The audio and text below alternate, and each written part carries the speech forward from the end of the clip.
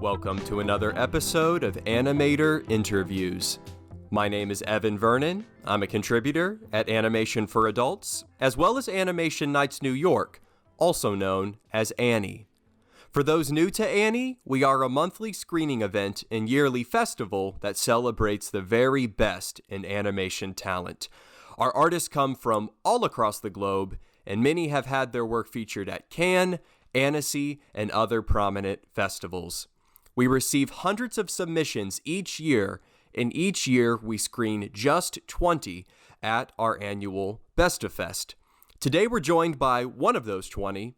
Yael Reisfeld is with me now. Yael is an Israeli director who graduated from the Bezalel Academy of Art and Design and currently works as a freelance animator.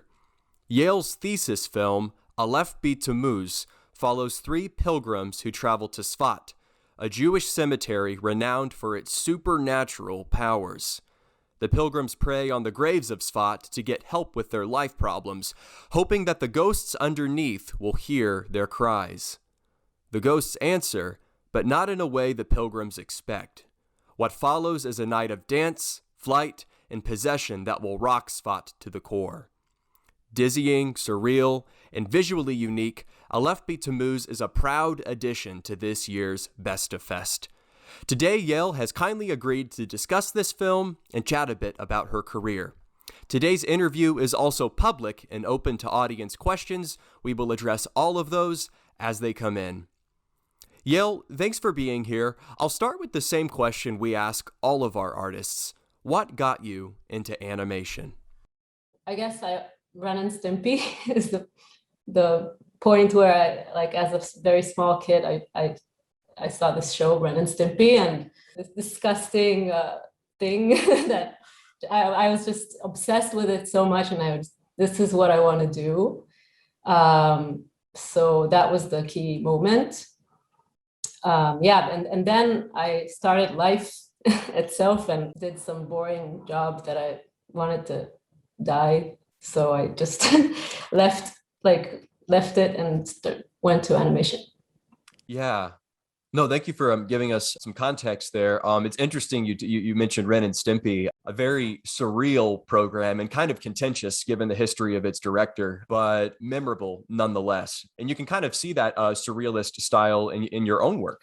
Was there anything specifically about animation as a storytelling device that kind of attracted you to that? Because there are different ways to become an artist, right? And to tell stories. You can paint, you can, just draw or take photographs, but you chose to do the hardest of them all, which is animating. So why animation specifically?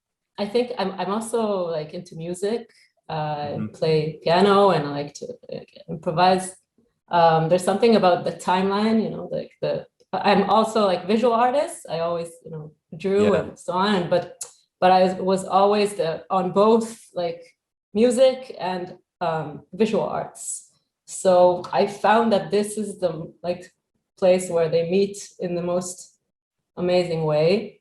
And just like a nerd that likes animation and You said a lot right there. The wonderful thing about animation and just filmmaking in general is that you can marry different mediums, right? And music features very prominently in your film, the one that we're discussing today, but it's not something that you can really integrate with a still drawing or photograph or painting. So well said, Yael. Thank you for kind of explaining.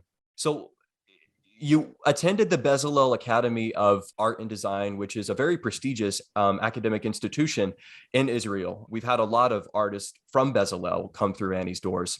Tell us a bit about this film, ALEF B'TAMUZ. Where did this story come from? I understand it was a documentary. What inspired you to create this work? So it's not really like a documentary. It started off as wanting to make a documentary, but if you can, it didn't happen, the things that happen in the film, but it's based on documentary shots of the place and of characters that I've seen there, that I documented there for myself. What inspired it? It's okay. I'll try to make it why did I do this? So my family, I don't remember. My family from my mother's side, they come from this place, Zefat, which is a very, very weird place. It's this very old city on a mountain in the Galilee. And everybody's crazy there. Like it's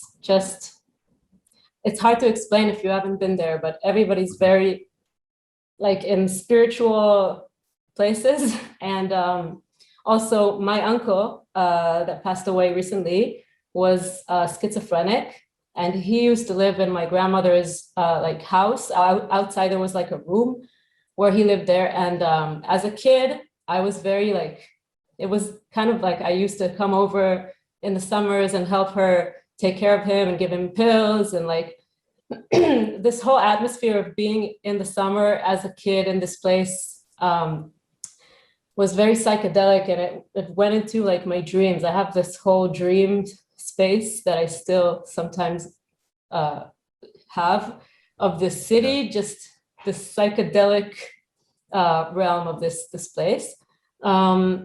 So I kind of went there because I had this obsession, and I just wanted to explore what is it about this place that always really like resonates with me.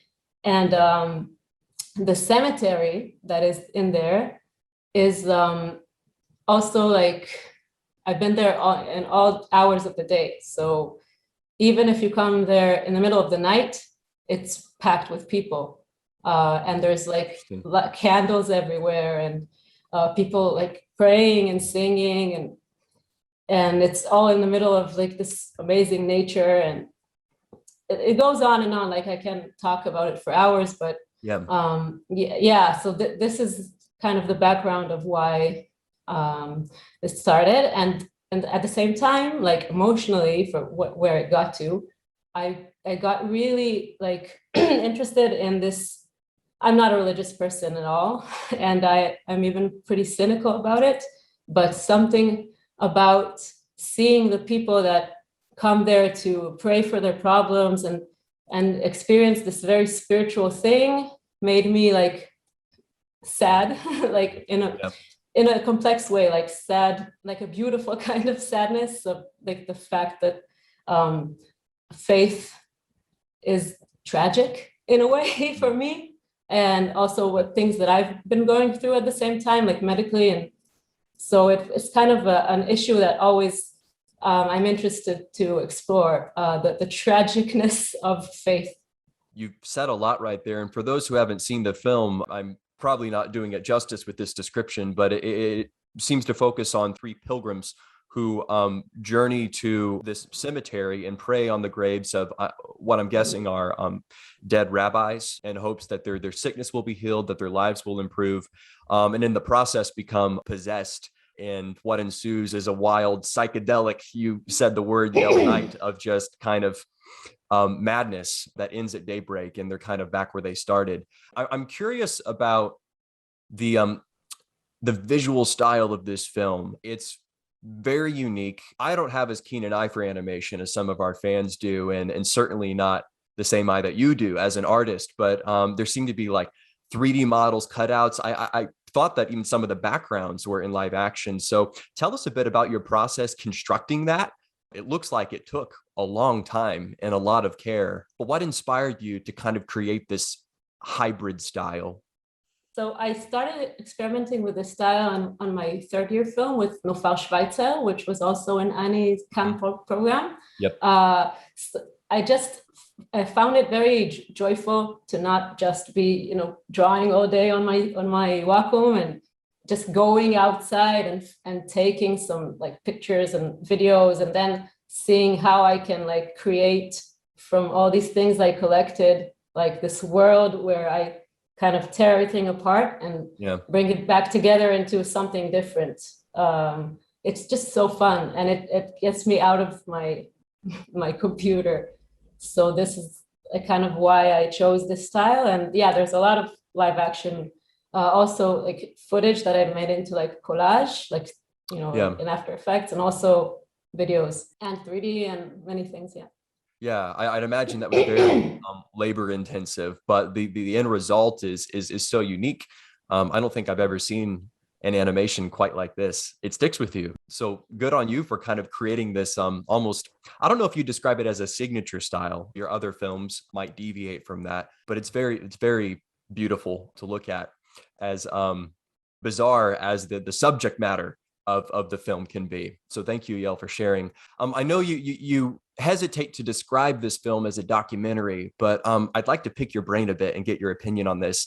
The idea of animation as a storytelling device in documentary seems to be more of a thing now. You see these feature-length films coming out about like different people in history, different events. Why do you think that is? Because it almost subverts the expectation that the viewer has watching a documentary. It's about the real world, so why wouldn't it be in live action? What does animation bring to the documentary genre?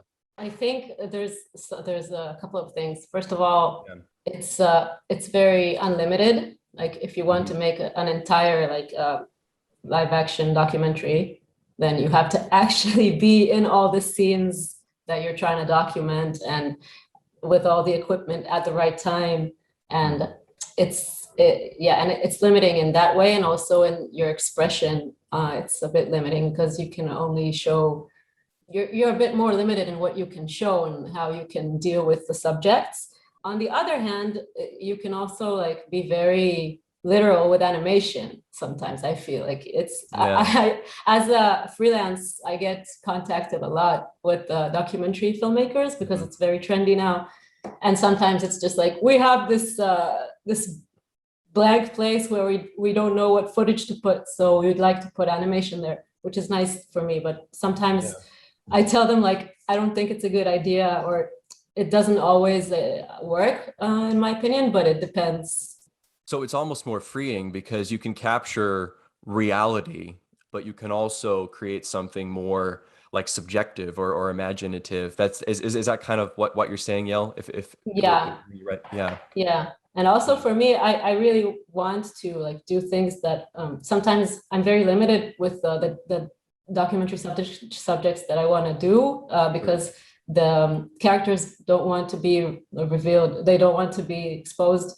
So animation can also deal with the anonymity and like that kind of problems.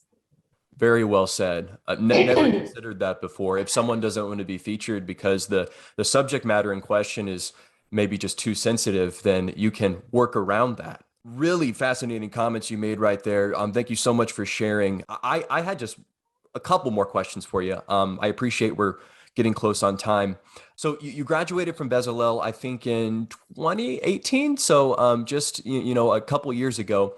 What are you doing now? Tell us about some of your recent projects. So mostly now I do TED Eds. And I did like some work with the documentary filmmakers in Israel, and I also do editing for documentaries here. I'm freelance basically. Do you think that you'd consider, maybe this is a dangerous question, the life of a freelancer preferable to a studio job? Because I'd imagine. No, go ahead. Yeah, for me it's better.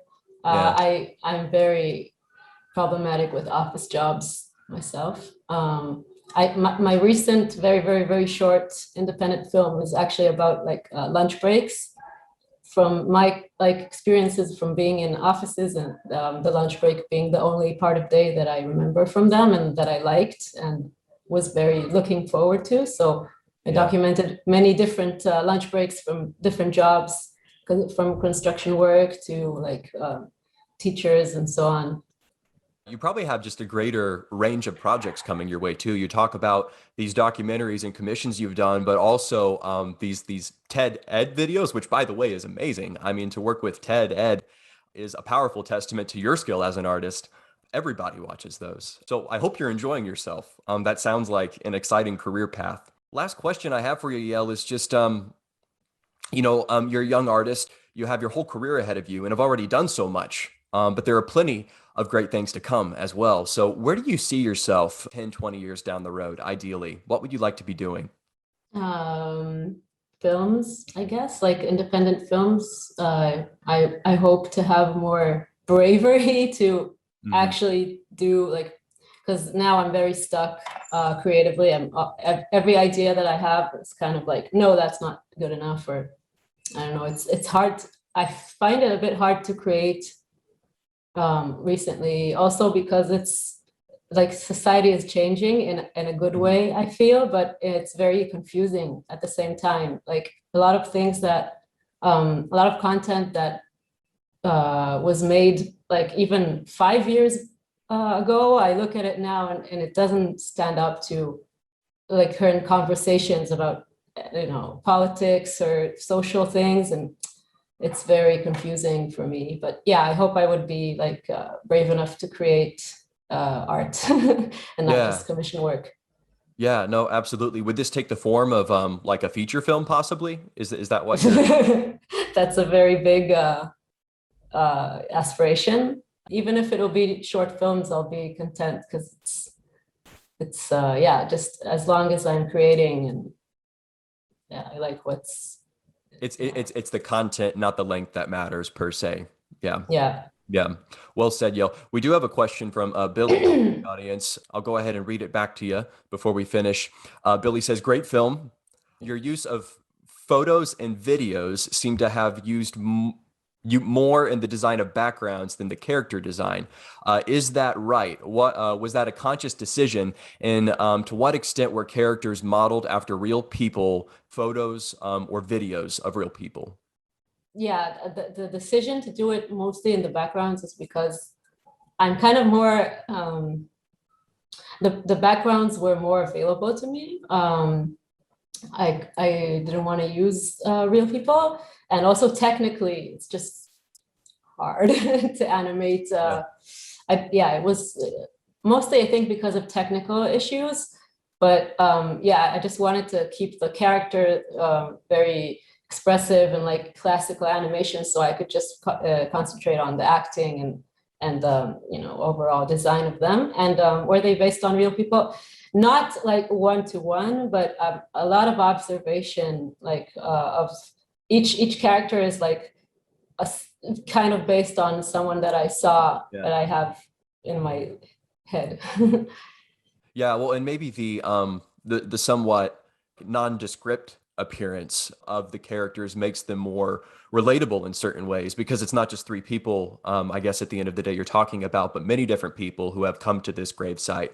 Maybe that's one way to look at it too. But very insightful question, Billy, and very insightful answer, Yael. Appreciate you both. That's really all I have. But Yael, we just want to thank you for sharing your talents with us. All the best to you in the future. You have a ton of talent. I know we can expect great things from you, and hope to see you at Best of Fest in the future as well. Thank you so much.